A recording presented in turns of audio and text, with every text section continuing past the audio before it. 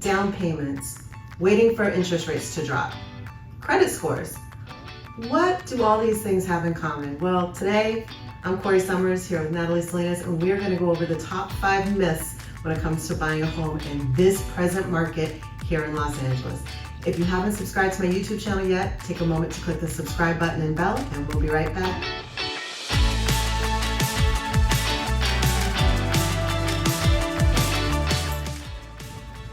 Hi, I'm Corrie Sommers, your local Los Angeles realtor. Today I'm here with Natalie, Salins of Movement Mortgage, and we decided to sit down and go over the top 5 myths when it comes to purchasing a home here in Los Angeles today. There's so much misinformation out there. There's so many clickbait headlines, and there's a lot of people that have the wrong idea. I had someone comment on a video recently that just really showed that some people think things that are so not, I don't want to say in reality, but just not accurate, because they just don't have all the facts. And when you don't have the facts, it's easy to assume, right? So the first topic we're going to go over is down payments. A lot of times home buyers think, I have to save up. I have to save up for at least 20% down. And I know that that kind of comes from the mortgage insurance. You know, if you come in with less than 20%, you have an extra insurance on your loan. Why don't you explain that? And then let's really go over all of the different down payment options. Sure. So in mortgage insurance, you have to think of it as something that covers risk, right? Because that's what all insurance does. It covers risk. So the more money down, the less risk, the less insurance. So I think people think that they need 20% because mortgage insurance is so expensive, and that's where it's a misunderstanding. If you put 10% down or 15% down, your mortgage insurance is not going to be that much. It's like $100 or less, depending, of course, on the loan amount. So that's really where I think people get confused. I have people putting 10% up to like 2-3 million even. And of course, when it's something under $1 million, it's a small amount, and that's where I think people get confused. Now, as low as 3% down, which we can do, now the mortgage insurance is going to be a little bit heftier because the risk level is higher. 5% down as well. If it's a good file, like good credit and good income, then my mortgage insurance probably still low on even 5% down. So it really just depends on the strength of the file based on where that mortgage insurance amount is going to be. But yes, we have 3.5%, which is FHA. We have 3% conventional, 5% conventional, 10, 15. All of those options are available. We just will have a little bit of mortgage insurance included in there as well. And the beautiful thing that I usually explain this to my clients is, with mortgage insurance, if you have to carry that because of your financing, once your property's value is at where you've paid down 80% between both the equity increase and how much you've been paying on your loan, you can get that shaved off. You contact your lender, there's a new appraisal that's done and shows and proves that you've got 80% of your value paid down, and that's all you owe left, then boom, that goes away. Yeah, exactly. On conventional, FHA mortgage insurance doesn't go away, but normally we just refi you out of that FHA to get rid of the MI. But yeah, on conventional, I have a client right now who has very short on funds, and we might have an appraisal gap.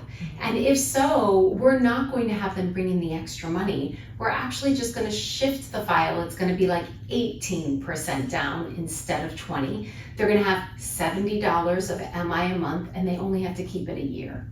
So like, it's instead of bringing in an extra 20 grand, they're going to have this small bit of MI for a year. It's $800 total for the year, and they don't have to do anything. They don't have to shift anything. Like, it's a really easy way to fix a file, and to not have to worry about bringing in more money. Right, and so why that's our number one topic is sometimes people let the down payment prevent them from moving forward. So as you just heard from Natalie, 3% on conventional is the lowest that's available, 3.5% on FHA. It's interesting that right now there's less on a conventional than FHA, because historically FHA has always had the lesser amount down. So that's myth number 1 busted. Yeah, true. And there are 0% down programs as well. The MI on that's hefty. So definitely the payment is higher, but if you don't have any money, there are options for you as well. Yeah. So the second thing we want to go over as a myth, as part of the top 5 myths when it comes to home buying, is grant programs. Now, this part I find interesting too, because often people come to my website, they register, I talk to somebody, they're like, oh, well, I'm going to attend this first-time home buyers program because I want to get all these grants. It's like, okay, hey, listen, I've got an amazing lender, over 20 years of experience to talk to. She'll be able to let you know what you qualify for. But every now and then buyers are out there scrubbing the internet, or now thanks to ChatGPT, think that ChatGPT is giving real advice when it's really just kind of like scrubbing the internet for information, if you will. And so they get poor information. So we actually had this conversation a while ago. I have a buyer who makes good money, but because of line of industry, was like, hey, I know there's some grant programs out there for me. I want to use 5. Talk about that. Yeah. What is the reality? Grant programs, they're amazing, especially if you work for the county, then a lot more are available to you. But you can only choose one at a time, right? Because what a grant does is it gives you money, and normally it will sit on escrow as a silent second. So let's say you buy a house and GSFA, Golden State Financing, they give, if you're a member, work for the community or the county, they'll give you up to 5% towards your down payment. So to keep it easy, let's say you're buying $600,000, 5% is $30,000. They're gonna give you this $30,000 as a forgivable loan. So as long as you keep the property for 5 years, it is forgiven. But it sits as a second loan on title. So it acts as a silent second. You don't pay a rate on it or a monthly on it. But because it sits as a second, it's not like you can get other grants as well, because nobody's going to sit in 3rd or 4th or 5th position on title. You can only sit in second. All the grant programs that at least I know of in the county that actually take title position, they're not going to allow themselves to sit in anything less than second. They want that second position placed. And speaking to the one you just mentioned, so if you use that grant and you have to sell for some reason, maybe job shifted, family changed, divorce, whatever, that $30,000 becomes due once you sell, correct? It is, different programs have different ways. So like Cal HAFA, there's a couple different programs. 20% of the grant is forgiven every year. So depending on how many years later, it gets forgiven by a percentage. And so if it's 3 years in, you only owe 40% left of what the grant was given. But yes, of course, it's still there. It's still a loan as part of the property, and it will get paid back if you sell before 5 years, depending on the program. Now, there are programs, they're not considered grants necessarily. There are programs that just give money or allocate money to you to help with closing costs. There's like one in West Hollywood right now. And that doesn't sit in second. It's not like an actual thing that sits in second. So you can get something like that, but it's not these huge grant programs. I think everybody was like excited about the DREAM program that the state did, and now they're confused. They think that they can just get 20% and do this. Cal HAFA, the DREAM program that they offered, never even came out in 2025. Yeah. It was a 23 and 24 thing. There's no news of them even releasing this program this year. So that's the dream is kind of, that program is dead. It's not really there anymore. I was hoping to hear, I have clients that were like waiting for it to come back out this year, but it just hasn't. Now, I know there was a program that we were talking about in my office one day that it sat as a second, but also if you sold it, and I think it was before a certain period of time, they got like a sliding percentage of your increase in equity. So they basically invested in the property with you. When you sold it for profit, they got to have a piece of that profit. And so for me, when we talked about that in the office and I had a conversation with someone, I'm like, I wouldn't do that. I don't want to share my profit with the government or the state. My profit is my profit. Yeah, it's called a shared appreciation loan. That is the STREAM program that we're talking about. It was a shared appreciation. They give you 20%, but if and when you sell, they want 20% of the net proceed. If you have no money, it's a great deal, because when you have 20% down, there's no MI, and it's a much bigger down payment. Your loan is smaller. So I have a few clients that did get it, and they were able to afford a home because of it, regardless of losing 20%. Yeah, so it truly makes sense. It makes, depending on your situation, it may make sense. For some people, like my perspective, not for me. I'd Yeah. rather do a Put different 10% program. down and own all your equity. Right. You know. But for some people, it may be the difference between buying and not buying. So there are things like that available. Yeah. Number 3, waiting for interest rates to drop is when you should buy a home. I get into this conversation frequently.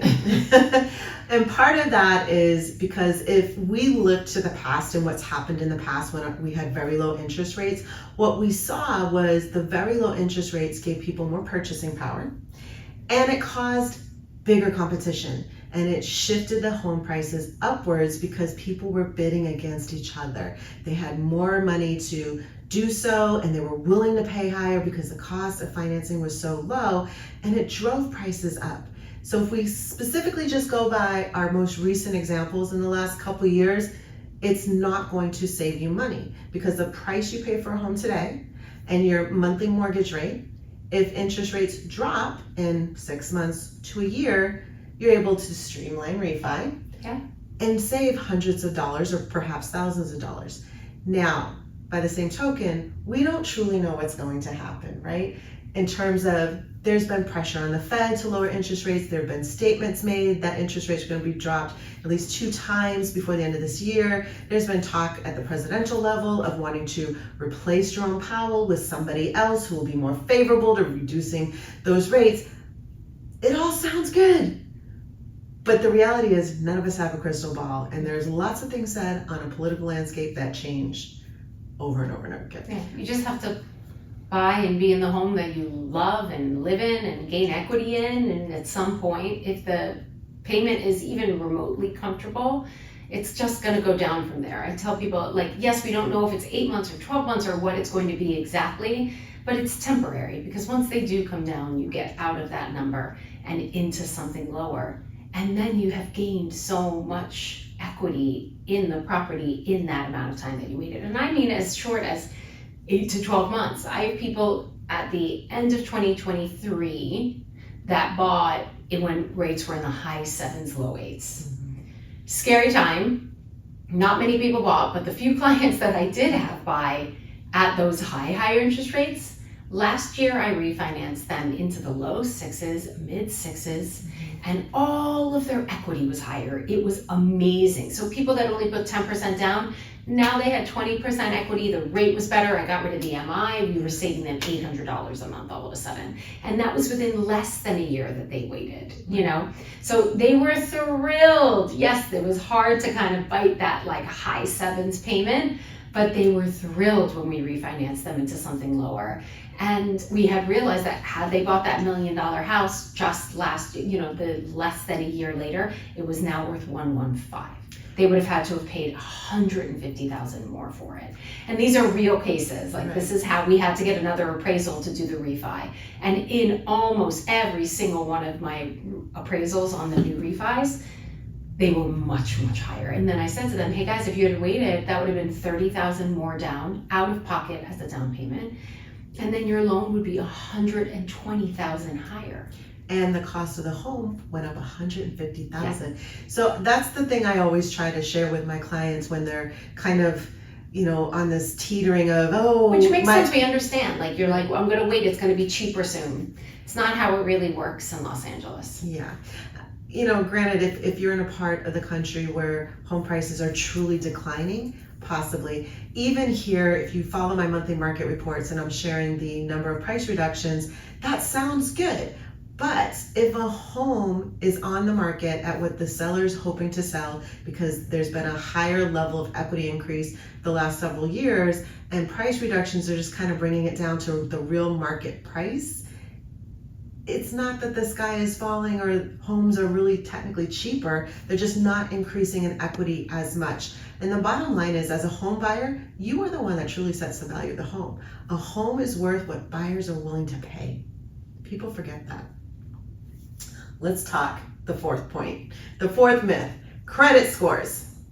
You have to have a credit score to buy a home. Let's tackle that first and then go into what the reality is concerning credit scores and loan programs. So you have no credit score, you're an entrepreneur, or maybe you just have been that person who was taught credit is bad, so you've always used cash for everything, you bought your car cash, you save up for things on cash, you don't use credit, you don't want to pay interest, but now you want to buy a home. And everyone's telling you you can't, you need a credit score. Is that really true? It is not true. You can very much have a 0 credit score. Fannie Freddie programs will allow it, FHA allows for it. The jumbo loans normally don't, but I have a program that will allow for it. That is a jumbo product or whatever. But yes, you can have 0. Normally when it's 0, if you are the primary borrower, I need to build the credit. So that comes into play with us taking trade lines for you, 12 months proof of payments on them, and kind of establishing credit. And we always say, what is a credit? Credit is how well you pay debt. That's all a credit score represents. How well do you pay debt? And a mortgager or a car lender, like they want to know that you can pay debt well before they give you a bunch of debt, right? That's why a lot of the time a credit score is really important. But in this case, if I can just get 12 months proof of a cell phone bill, everybody has a cell phone, everybody's paying that, right? So I get 12 months of that, 12 months proof of rent. Maybe you're paying it, maybe not. If not, we're gonna do something else. If you're paying rent, then it's easy. I get 12 months of electricity, 12 months of gas, 12 months of cable, 12 months of Wi-Fi. I only need 3, and there's tons of different options. You can build credit based on having other expenses. So utilities, any kind of gas, electric, Wi-Fi, cable, anything that you're paying on a monthly basis, all I need is proof of 12 months of it, and we build your credit from there. Well, and it's interesting too, because now you're finding more and more apps are being created to report your rental history to the credit bureaus. But something I looked into was you can literally get your credit history, not your credit history, your rental payment history, and submit those yourself. You don't have to utilize a program like that. You just need to gather the proof, go to each of the 3 bureaus, and there's a section on each of their websites that you can upload your rental history and payments, and then that can count as well as part of your credit score. Yeah. Yeah, especially if you have 12, if you're teetering on like 720, 700 on credit, and you've paid very consistently 12 months of rent, if you upload that, I can top 20 points onto your score that way. And that's just by showing that you have consistent good rent history, which is basically a debt that you pay monthly that can give us more stability in the file and make your FICO score higher. Let me ask you this question, because this is also credit related. Let's say, times were tough, COVID, a lot of people started living on their credit trade lines, and things got a little out of control for some folks. And so as a result, both when you've maximized your trade lines and then maybe industries change, jobs are less, now you're making less money, or you were out of work for a while and you couldn't pay and you got behind, whatever caused that scenario, now you're delinquent on some accounts, right? And so you're at the place where you have many lates, 6 months lates, 12 months lates. You're slowly working through them. You're maybe negotiating, paying some and some, a fraction of the cost, or 50, 60%, maybe even a couple months of collections. Then you get through all of that and you've gotten your credit score up. Let's say they're at a 680. How much does that negative history count when it's time to do a loan? It doesn't count at all. It's just what the current credit score is. Yeah, it's just what the current credit score is. So your past is the past, and we go off what the current credit score is. We're not allowed to count any collections that are even still outstanding anymore. We used to.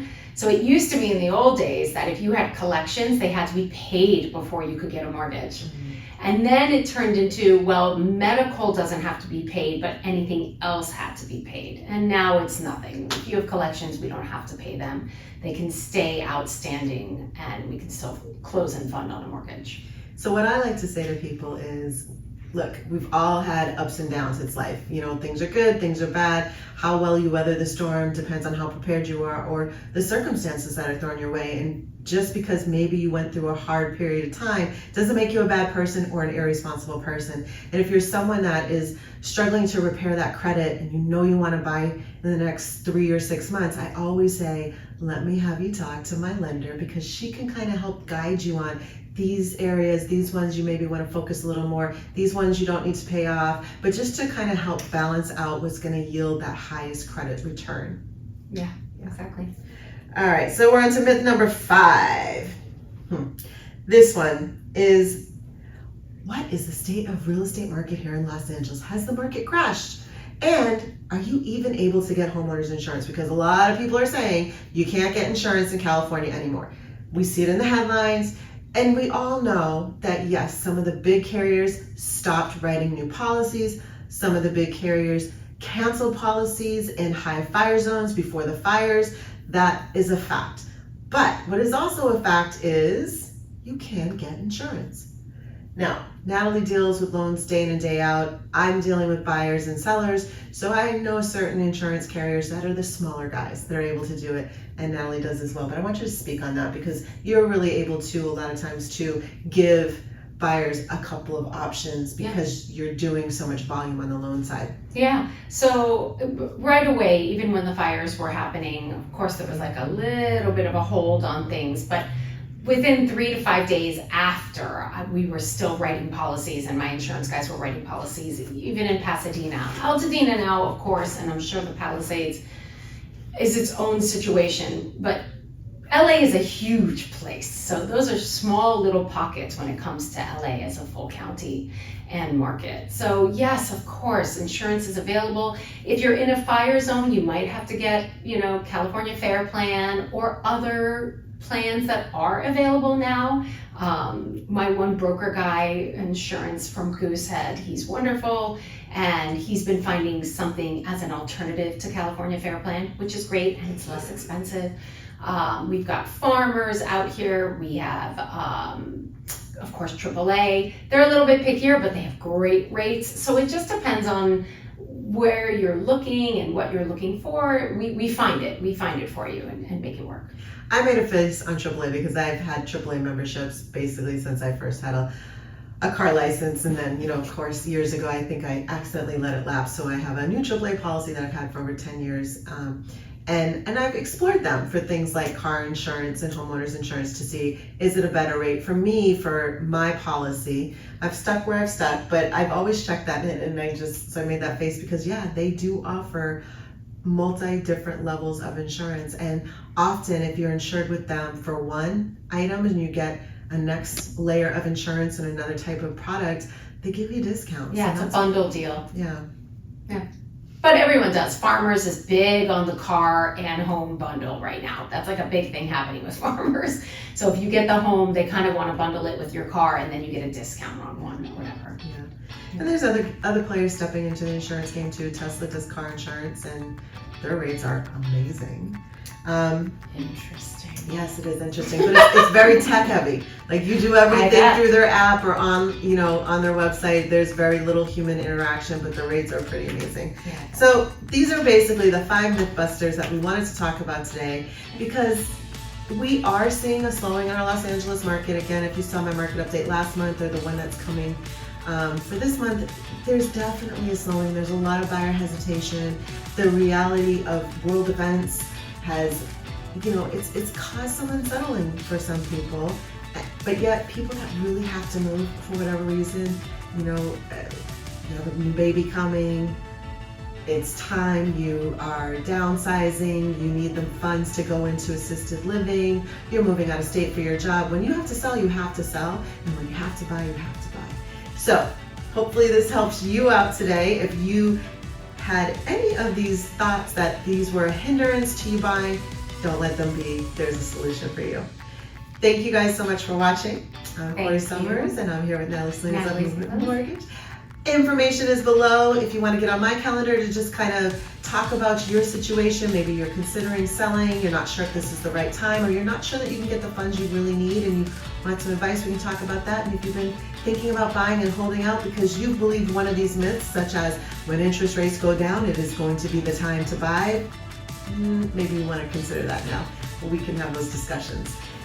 If you haven't subscribed to my YouTube channel, before I go, I just must say that again, go ahead and subscribe and click the bell for updates. We have new videos, or I have new videos every week to help you with home buying and home selling here in Los Angeles. Thank you guys, see you next time.